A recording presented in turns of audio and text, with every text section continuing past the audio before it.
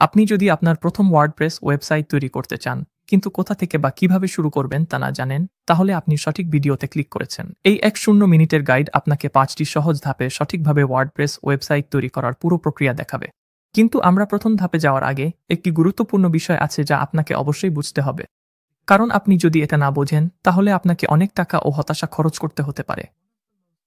শুরুর দিকের ব্যবহারকারীরা সবচেয়ে বেশি যে ভুলটি করেন তা হলো তারা বুঝতে পারেন না যে ওয়ার্ডপ্রেসের দুটি ভার্সন আছে, ওয়ার্ডপ্রেস এবং ওয়ার্ডপ্রেস।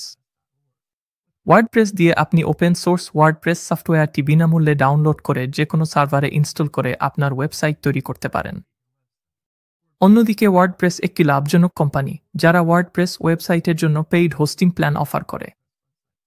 ওয়ার্ডপ্রেসের সমস্যা হলো, সব ওয়ার্ডপ্রেস থিম ও প্লাগইনের সম্পূর্ণ অ্যাক্সেস আনলক করতে হলে আপনাকে বিজনেস প্ল্যানে থাকতে হবে, যার শুরু মূল্য প্রতি মাসে $2-5। তবে আমরা যদি অন্য কোনো হোস্টিং প্রোভাইডার বেছে নিই, তাহলে প্রতি মাসে $3-এরও কম খরচে পুরো ওয়ার্ডপ্রেস ইকোসিস্টেমের সম্পূর্ণ অ্যাক্সেস পেতে পারি। আর সেটা প্রক্রিয়াটাও ঠিক ততটাই সহজ। এই কারণেই আমি ওয়ার্ডপ্রেস ব্যবহার করে আপনার ওয়ার্ডপ্রেস ওয়েবসাইট তৈরি করার পরামর্শ দিই না। আপনি শেষ পর্যন্ত এই ভিডিওতে আমি যেভাবে দেখাবো তার তুলনায় প্রায় 100 গুণ বেশি খরচ করবেন। প্রথম ধাপ হলো হোস্টিং নেওয়া, যার মানে হচ্ছে আমাদের ওয়েবসাইটের সব ফাইল সংরক্ষণের জন্য একটি সার্ভার ভাড়া নেওয়া। সেই সার্ভার 2-4 ঘন্টা চালু থাকে, তাই আমাদের ওয়েবসাইট সবসময় অনলাইনে থাকে। বেছে নেওয়ার জন্য অনেক হোস্টিং প্রোভাইডার আছে। আমাদের ওয়েবসাইটের জন্য আমরা হোস্টিংয়ে ব্যবহার করব। এটা দ্রুত, নির্ভরযোগ্য, সেটআপ করা সহজ এবং বেশিরভাগ বিকল্পের তুলনা আরও সাশ্রয়ী। আরও ভালো ব্যাপার হলো, ভিডিও ডিসক্রিপশনে দেওয়া প্রথম লিঙ্ক ব্যবহার করে সাইন আপ করলে আপনি হোস্টিং প্ল্যানে অতিরিক্ত 100 ছাড় পাবেন। সেরা পারফরম্যান্স পেতে আমি বিজনেস প্ল্যান নেওয়ার পরামর্শ দিচ্ছি। তবে আপনার বাজেট কম হলে প্রিমিয়াম প্ল্যানও ভালোভাবে কাজ করবে। এরপর একটি পেমেন্ট পিরিয়ড বেছে নিন এবং আপনার মৌলিক তথ্য ও পেমেন্ট ডিটেইলস দিয়ে হোস্টিংয়ে রেজিস্ট্রেশন করুন। অবশ্য হোস্টিংয়ে 30 দিনের মানিব্যাক গ্যারান্টি দেয়। তাই প্রথম 30 দিনের মধ্যে যদি আমাদের মতো পরিবর্তন হয়, তাহলে খুব সহজেই পুরো টাকা ফেরত পেতে পারি। পেমেন্টের পর আপনি হোস্টিংয়ের অনবোর্ডিং পেজে চলে যাবেন। কিছুটা সময় বাঁচাতে এবং অনবোর্ডিং সিকোয়েন্স স্কিপ করতে উপরে হোস্টিংয়ের লোগোতে ক্লিক করুন এবং সরাসরি হোস্টিংয়ের ড্যাশবোর্ডে চলে যান। লিভে ক্লিক করে কনফার্ম করুন। এবং এখন আমরা হোস্টিংয়ের ড্যাশবোর্ডে আছি। আমাদের টু ডু আইটেমে দেখতে পাচ্ছেন আমাদের ইমেইল ভেরিফাই করতে হবে। চলুন নতুন একটি ট্যাবে আমাদের ইমেইল ইনবক্স খুলে নেই।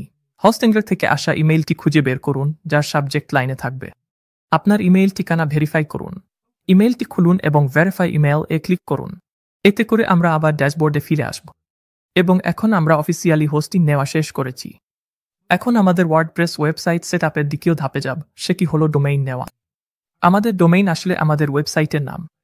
অ্যাপলের জন্য সেটা apple.com, ফেসবুকের জন্য সেটা facebook.com, আর আপনার ওয়েবসাইটের জন্য এটা হতে পারে যে কোনো কিছু, যতক্ষণ না সেটা এখনো পাওয়া যাচ্ছে।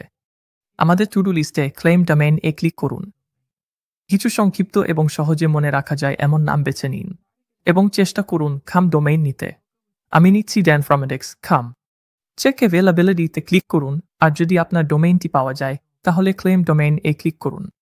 নতুন ডোমেইন রেজিস্ট্রেশন করতে হলে আমাদের ঠিক করতে হবে এটা কি ব্যক্তিগত সাইট নাকি আমাদের কোম্পানি বা সংগঠনের জন্য সাইট। এরপর আমাদের যোগাযোগের তথ্য দিতে হবে। তারপর ফিনিশ রেজিস্ট্রেশন এ ক্লিক করুন। আমরা ওয়েব হোস্টিংয়ের একটি অফার দেখতে পাচ্ছি, কিন্তু আমাদের তো সেটা আগেই আছে, তাই skip I don't need a website A click করুন। এবং এখন আমাদের ডোমেইন রেজিস্ট্রেশন সম্পন্ন করতে আমাদের ইমেইল ঠিকানা যাচাই করতে হবে। চলুন আবার আমাদের ইমেইল ইনবক্স খুলে নিই এবং important verify your contact information শিরোনামের ইমেইলটি খুঁজে বের করি। ওই ইমেইলটি খুলে ভেরিফিকেশন লিঙ্কটি খুঁজে বের করুন এবং আপনার ইমেইল ঠিকানা যাচাই করতে সেখানে ক্লিক করুন। যদি আমরা এই ট্যাব এবং আমাদের ইমেইল ইনবক্স বন্ধ করি, তাহলে আমাদের হোস্টিং বা ড্যাশবোর্ড রিফ্রেশ করতে পারি। আমরা দেখতে পাচ্ছি আমাদের ডোমেইন এখন অ্যাক্টিভ, আর এভাবেই আমাদের ওয়ার্ডপ্রেস ওয়েবসাইট সেটআপের দ্বিতীয় ধাপ শেষ হলো। তৃতীয় ধাপ হলো ওয়ার্ডপ্রেস ইনস্টল করা।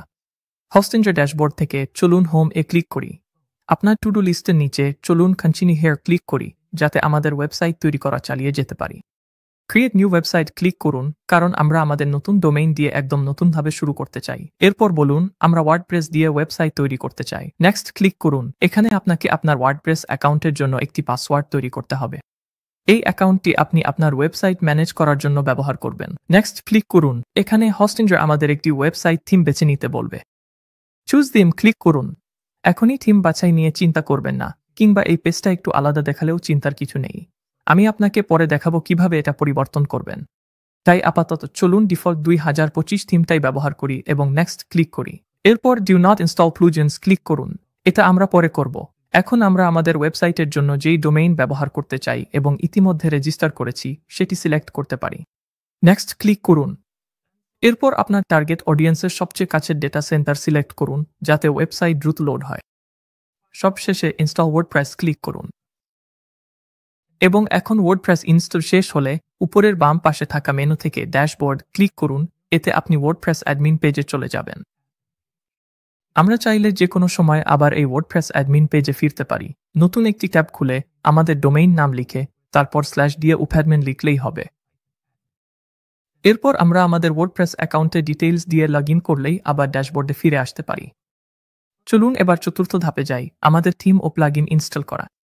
প্রথমে আমরা একটি নতুন থিম ইনস্টল করব। থিম হচ্ছে আপনার ওয়েবসাইটের ডিজাইন টেমপ্লেটের মতো। এটি আপনার সাইটের রং, ফন্ট, লেআউট এবং স্টাইল কেমন হবে তা নিয়ন্ত্রণ করে।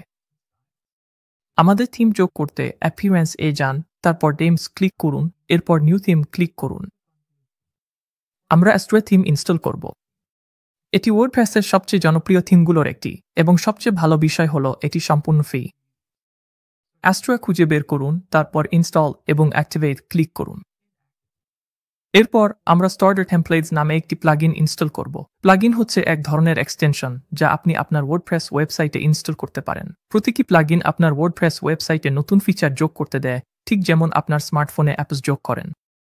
স্টার্টার টেমপ্লেটস প্লাগইনটি আমাদের শত শত ফ্রি ওয়েবসাইট টেমপ্লেট ব্যবহারের সুযোগ দেবে, যা আমাদের ওয়েবসাইট ডিজাইন করা আরও সহজ করে তুলবে।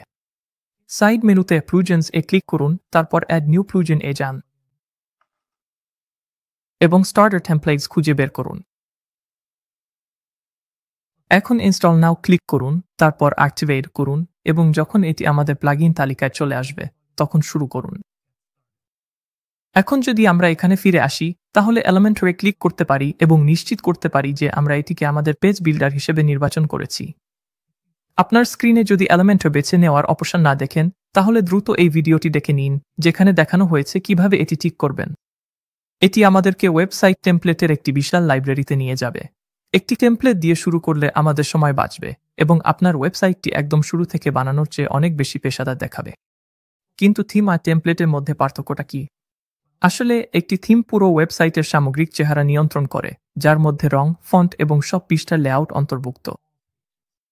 অন্যদিকে একটি টেমপ্লেট শুধু নির্দিষ্ট কোনো পৃষ্ঠার লেআউট নিয়ন্ত্রণ করে, যেমন হোম পেজ, অ্যাবাউট পেজ অথবা কন্ট্যাক্ট পেজ।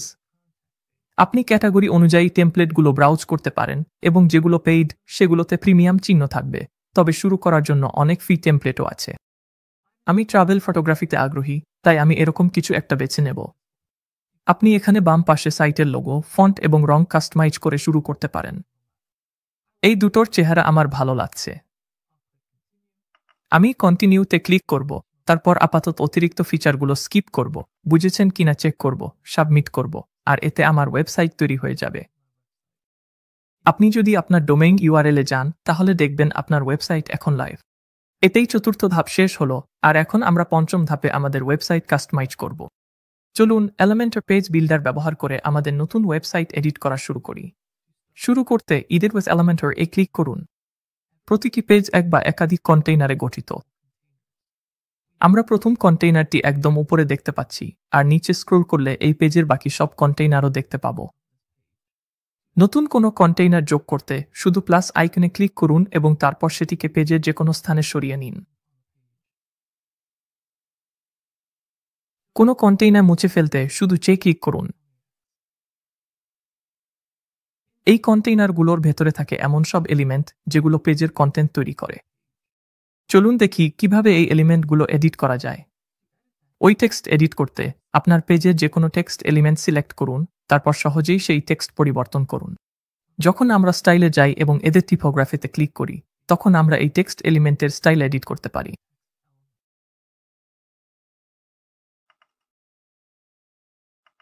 এবং আমাদের বাটনের ক্ষেত্রেও একইভাবে কাজ করে। আমরা শুধু যে বাটনটি এডিট করতে চাই সেটিতে ক্লিক করি, তারপর বাম পাশে এখান থেকে পরিবর্তন করি।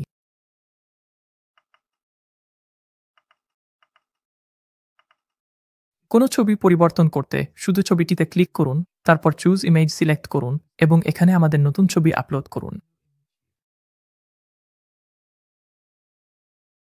বাম পাশে স্টাইল ট্যাবে গিয়ে আমরা আমাদের ছবির অবস্থান ও অ্যালাইনমেন্ট পরিবর্তন করতে পারি। আমাদের ওয়েবসাইটের অন্য পেজগুলোতে পরিবর্তন আনতে আমরা উপরে এসে সহজেই অন্য কোনো পেজে যেতে পারি এবং এখানে আমরা ঠিক একইভাবে এলিমেন্টগুলো এডিট করতে পারি। একদম নতুন একটি পেজ আমাদের ওয়েবসাইটে যোগ করতে চাইলে প্রথমে আমাদের ওয়েবসাইটটি নতুন একটি ট্যাবে খুলতে হবে। আমাদের ওয়েবসাইটে যখনই আমরা আমাদের ওয়ার্ডপ্রেস অ্যাকাউন্টে লগ ইন করি তখন উপরে এই মেনু বার দেখতে পাবো। চলুন নিউয়ে যাই এবং পেজে ক্লিক করি আমাদের ওয়েবসাইটে নতুন একটি পেজ যোগ করতে। তারপর আমরা এই পেজের নাম দিতে পারি এবং পাবলিশে ক্লিক করতে পারি। এখন এই নতুন পেজটি এডিট করতে চলুন এডিট উইথ এলিমেন্টরে ক্লিক করি। এখানে আমরা বাম পাশের মেনু থেকে কন্টেন্ট ড্র্যাগ করে এনে এই পেজটি তৈরি করা শুরু করতে পারি। অথবা আমরা চাইলে টেমপ্লেট লাইব্রেরি থেকেও একটি টেমপ্লেট ইম্পোর্ট করতে পারি।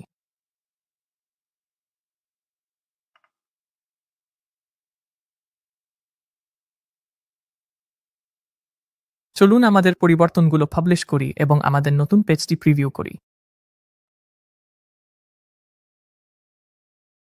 এখন এই নতুন পেজটি আমাদের নেভিগেশন মেনুতে যোগ করতে চলুন কাস্টমাইজে ক্লিক করি।